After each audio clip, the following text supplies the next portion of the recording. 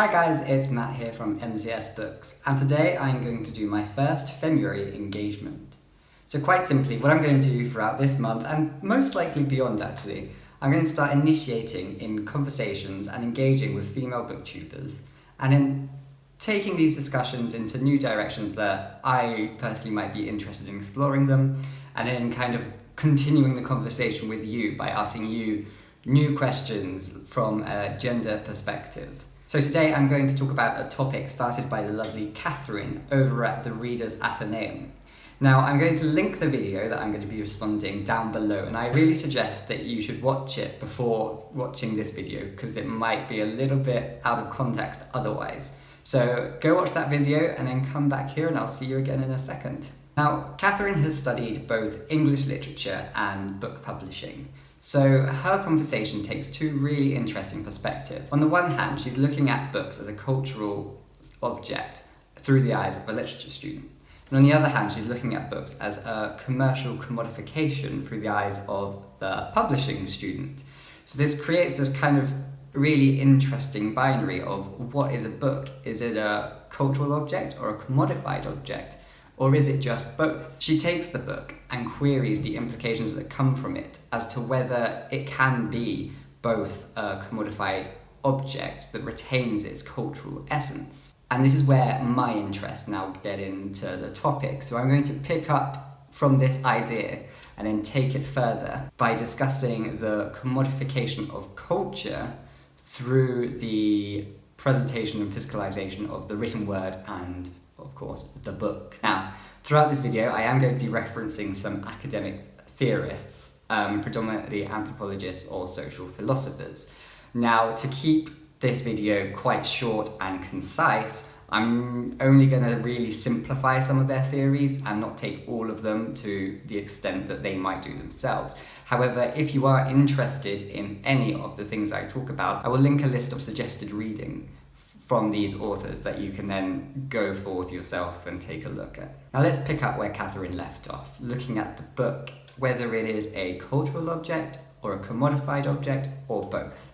For me, it is absolutely both, and it's so intrinsic in the physicalization of a book now that it's almost impossible to actually separate the two concepts. Tsing, a very interesting anthropology who has an absolute love for mushrooms, discusses what she believes are the ordinary conditions for capitalist commodifications. This says that a capitalist object, or a commodity in this case, can never truly be a pure capitalist subject, for it is always going to be embedded with social relations, whether hidden or not. These social relations are always non-capitalist. So let's take a look at the social relations of a book. There are myriad relations at play here. First of all, the book itself is a story, and storytelling is a historic part of human history, and it's always been a way to create social bonds and to connect families or larger groups of social structures. The tightening of these social relations has always and will always be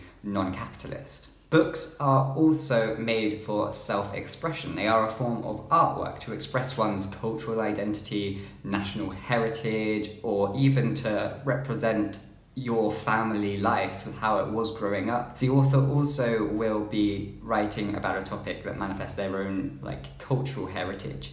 So therefore, the act of self-expression is putting your voice out there to be heard, which is, in a sense, always social. Then take a look at us here on BookTube. We are a group of people always talking, reviewing books, socializing with each other, and it kind of escapes the bounds of normal social links to give us a greater scope of people to connect with, all based around the idea of books. So again, this is our non-capitalist form of social interaction. So then a commodity is described as something which taps these social relations and then exploits them for monetary gain. It's about alienating these social relations and harvesting money and wealth from them. So let's take a look again at the social act of storytelling. Well, now mass-produced books go through so many processes throughout the publishing process that kind of, in a way, removes the author from the reader as much as possible to keep this distance, to sort of alienate those social links. However, of course, there are times when the author is brought back to the reader in certain events, but of course that's another tactic to create more revenue. So what about the social act of cultural expression? Well, this is then exploited to create a term of othering, so that the original author's voice is then being othered from the reader, taking away the social relations of being heard and becoming a sort of commodity in itself. This othering makes the reader not want, per se, the author's voice, but the other's voice, in a form of objectification, dare I say, the exotic. It's no longer about the person who is expressing something, but the other voice that is being expressed. And then what about us here on BookTube? Well, I'm sure most of you might have noticed how the social relations are slowly being thinned, whether it be through the success of certain individuals who kind of create a hierarchy, or whether it be through paid promotion and the platform's limitations on social aspects of the bookish world. Of course, this is just one perspective, this is just me applying a theory, and it may be a long shot for you to also see through this perspective. But the next time that you buy a book, whether it's online or even in a bookshop, I think you should consider the social aspect of that process, of that purchase, and decide whether the monetary value is of a greater value than the social value, and even if there are any social interactions at all within that process. Now let us move on to the literary festivals that Kathryn talked up, and I'm going to specifically look at literary festivals and prizes that celebrate and support marginalised writers. Slavoj Žižek is a quite radical, very politicised and kind of wild social philosopher. I really like some of his works, and especially because he writes both for popular consumption and for the academic world. Now I'm going to be taking one of his theories of enjoyment that he uses to describe race relations, but I'm instead going to use it to describe cultural and social relations on a much more insular world. These relations will be between the consumer, the literary festival, and the marginalised writer. So here on BookTube, we all know that own voices are really great tools for liberating people's cultural voices and being heard in an industry that once silenced them. It's also super important for minority readers to be able to connect with the minority voices, to see themselves in the media that they are consuming. Now this is what Žižek would call cultural enjoyment. The book represents the enjoyment. It's an object through which all these minorities are able to portray their own identity and connect with each other. So this bringing together of a minority group or cultural identity is a form of bonding them through the object. Now this represents their enjoyment. Once this book has become the physicalization of enjoyment, the non-marginalized people, namely the hegemonic white readers, also want to partake in this enjoyment. And of course that's a very normal aspect of human life. However, this is often where cultural appropriation happens because of this exploiting of someone else's enjoyment for your own self-serving purposes. However, in this sense, the literary festival acts as a sort of mediator between the marginalised voices and the non-marginalised readers. So in theory, the literary festival should be a stopper to this cultural appropriation. However, the biggest problem is that the processes that the book then goes through within this literary festival or prize is a form of cultural commodification. It commodifies the marginalised voice, and then again in Tsing's theory, exploits the social relations to then create monetary value from this. Whether that be in the authors themselves paying to be a part of the festival, or whether it be the push to sell more of the books, or whether it be the consumer paying to go to events at the festival. So we can see here that it's not actually just the book now which becomes the cultural commodity, it is the marginalised voice or the cultural heritage of a specific group. But then, is this predominantly a bad thing, since it gives often silenced voices a platform to be heard and gives them the opportunity to break into the industry? It's hard to say, and perhaps in our current society as it is, there's no other way of going around it. However, is this just our neoliberal perspective making us see it in this way? Or is it just another tool to separate groups and to cause an us and them sort of binary? How would these literary festivals or prizes look if every single writer was given an equal opportunity and voice? Would they still even exist? Or would this process of equality then put the social relations back into the game? And again, this is just me putting theories onto a social phenomenon. Whether they be true or not, whether my ideas be true or not, is all just thought. But it is definitely worth considering all the processes and transactions that go behind the scenes that we may not, as consumers, see. So finally, I would like to talk about another thing that Kathryn brought up, which is the ownerships of collections of books. She was talking about collections of the same book in different editions. For example, I have 3 different editions of the Harry Potter books. So what does this say about books as a commodity, or a cultural commodity at that? In this part of the talk, I'm going to be using Pierre Bourdieu. His work is a little bit less accessible than perhaps Tsing and Slavoj Žižek, but I'm going to try and keep it as simple as possible. Bourdieu uses the word habitus to express the ways that people act and react to the world around them based on their socially constructed identity. So let's take us bookworms, our literary lovers, as an example of this. When we see a bookshop on the high street, we would automatically be going in. We will read before going to bed perhaps, or even in the bath or on the train. We may join a book club, or we may join BookTube or Bookstagram or any other book blogging application, and this is all because of our social reactions to our bookish world that we are creating. Now, if our habitus is the disposition and reasoning that we do things, we need to situate ourselves into a field.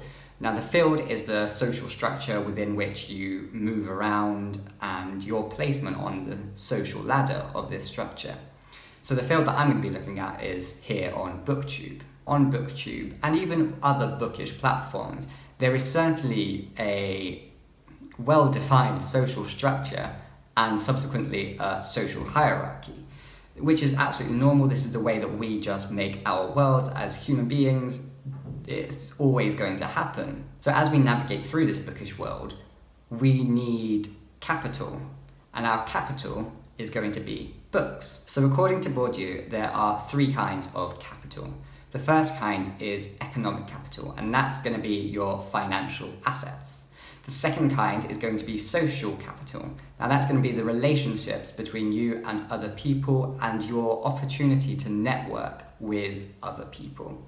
The third kind of capital is going to be cultural capital. Now this kind of usually discusses your knowledge or your education, but for it, in this example, it can also be perceived as your understanding of cultural arts. So now for us here on BookTube, books represent all 3 forms of capital. The amount of books you own represent your economic capital, your financial assets. Your tastes of books and the sort of genres of books that you read define your social capital, because then that gives you the opportunity to interact with people of similar tastes. And then we have the perception of highbrow, lowbrow, literary fiction, mass-produced fiction, all these sort of different boundaries which separate cultural hierarchy. However you perceive it is going to be individual, but this will represent your cultural capital. So in order to work your way up the social hierarchy that we, and possibly the platforms we use, have defined, you must be constantly proving that you have the capital for this social mobility. So then why do we collect myriad editions of the same book? From a performative perspective, and I'm bracketing this as stuff that you actually show and perform on the platform, it's all about books as this capital and the proving that you have the capital to succeed. The ability to purchase multiple editions of the same book proves that you have the economic capital.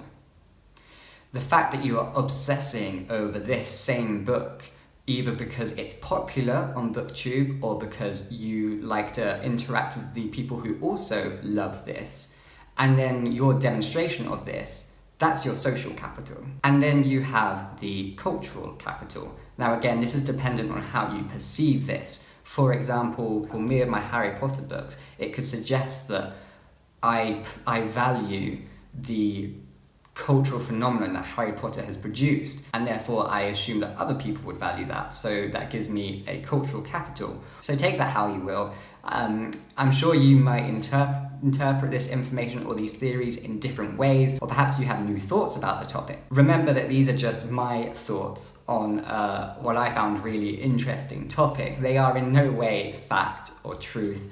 It is just the application of academic theory, which is what I enjoy doing. So it's really interesting, and I'd love to hear your thoughts about the concept of books as cultural object or commodified object or both. So if you want to comment on that, definitely do so in the comments below. But I do want to pose one last question for you to make this sort of a Femmeuary engagement. Let's take a look at this from a gender perspective. Do you think that YouTube provides a platform for female booktubers to be heard in an industry, predominantly the publishing industry, where they may not usually be given the equal opportunity to be heard? And if so, what implications does this have on the commodification of women's literature? Or do you think it actually has the reverse effects, where it sort of beats the boundaries of capitalist ideals of feminine, and to bring back the social relations between women writers and women readers and beyond everybody really, which is a much needed part of progressing in our society. So that's the end of the video. I hope you enjoyed it. I hope you found it interesting, because I certainly found it really interesting to think about and then sort of try to articulate my thoughts, and I hope I articulated them well. But let me know in the comments below what you think of this topic, this idea. I'd be super keen to watch more videos discussing this topic. But let's continue this conversation anyway and see where it goes. Thank you for watching this video. I hope you managed to stay all the way through. If you liked it, don't forget to give me a thumbs up, and you can always subscribe to my channel if you're not already subscribed, and I'll see you next time for another bookish video. Bye bye!